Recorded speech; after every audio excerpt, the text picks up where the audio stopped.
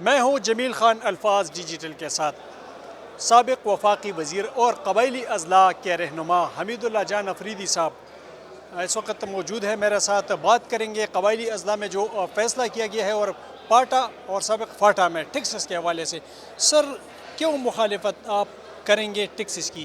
دیکھیں جی، بنیادی طور پہ اگر ہم علاقوں کو مد نظر رکھیں، سابقہ فاٹا اور پاٹا کو، تو انتہائی مشکل حالات سے گزرے ہیں، بڑی بدامنی رہی ہے۔ موجودہ آج تاریخ تک جب ہم بات کر رہے ہیں، پاٹا اور فاٹا میں فوجی آپریشن شروع ہے، وہاں کے جو لوکل لوگ ہیں وہ متاثرین بن چکے ہیں، لاکھوں کے حساب سے لوگ باہر نکلے ہوئے ہیں۔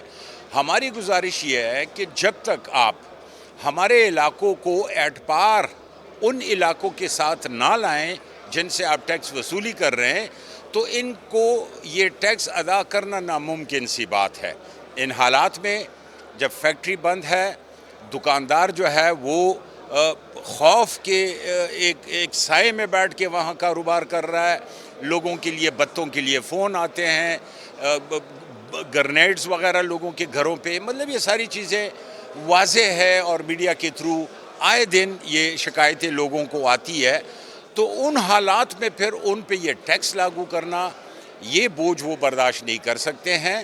پھر آپ نے ان کے ساتھ سالانہ 100 ارب روپے کی کمٹمنٹ کی، آپ نے NFC میں 3% دینے کا وعدہ کیا، وہ سارے وعدے آپ کے دھرے کے دھرے رہ گئے۔ کوئی ایسی چیز آپ نے ان علاقوں کو، یہ 8واں 9واں سال ہے، کوئی ایسا انیشیٹو آپ کا نہیں ہے، نہ صوبے کا نہ مرکزی حکومت کا، جس سے ان لوگوں کی طرز زندگی میں کوئی تبدیلی آئے۔ تو ان ساری چیزوں کو مد نظر رکھتے ہوئے فاٹا یا پاٹا دونوں کو ملا کے انڈسٹری صرف ملاکنڈ میں تھوڑی بہت ہے اور تھوڑی خیبر میں، باقی فاٹا میں، وزیرستان میں نہیں ہے، اور اکزئی میں نہیں ہے، کرم میں نہیں ہے، کہیں بھی نہیں ہے۔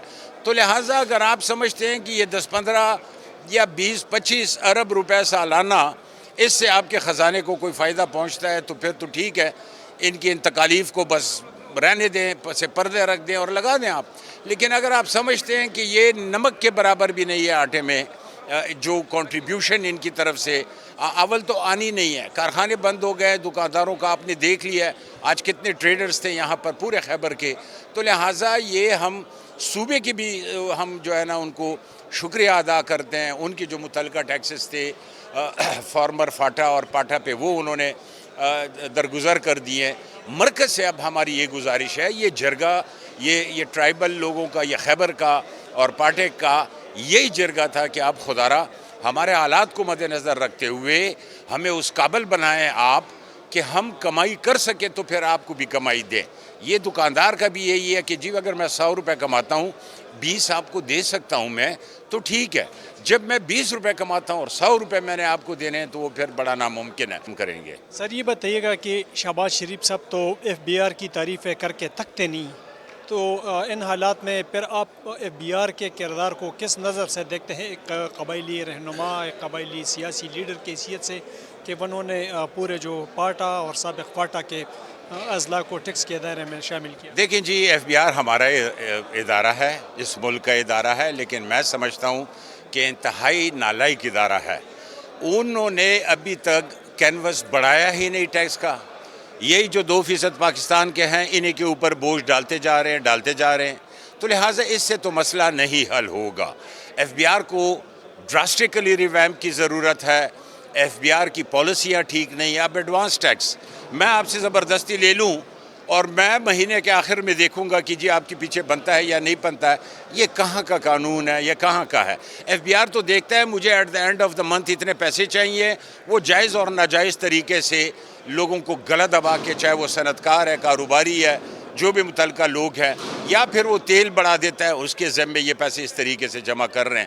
تو یہ تو حل نہیں ہے، اور نہ ہی اس طریقے سے ملک چلتے ہیں جس طریقے سے ان کا ٹیکس کا کلیکشن ہے۔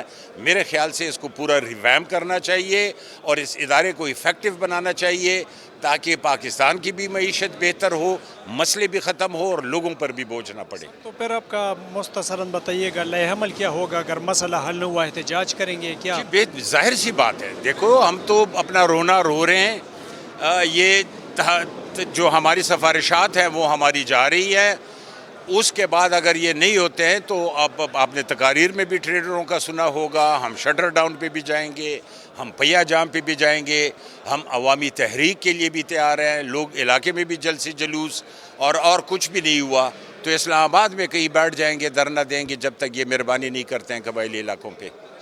سر یقیناً گفتگو آپ نے سن لی سابق پارلیمنٹیرین حمید اللہ جان افریدی صاحب کا، اور یہی تاجروں کا مطالبہ ہے کہ ان ٹیکسز کے فاصلہ واپس لیا جائے۔ شکریہ۔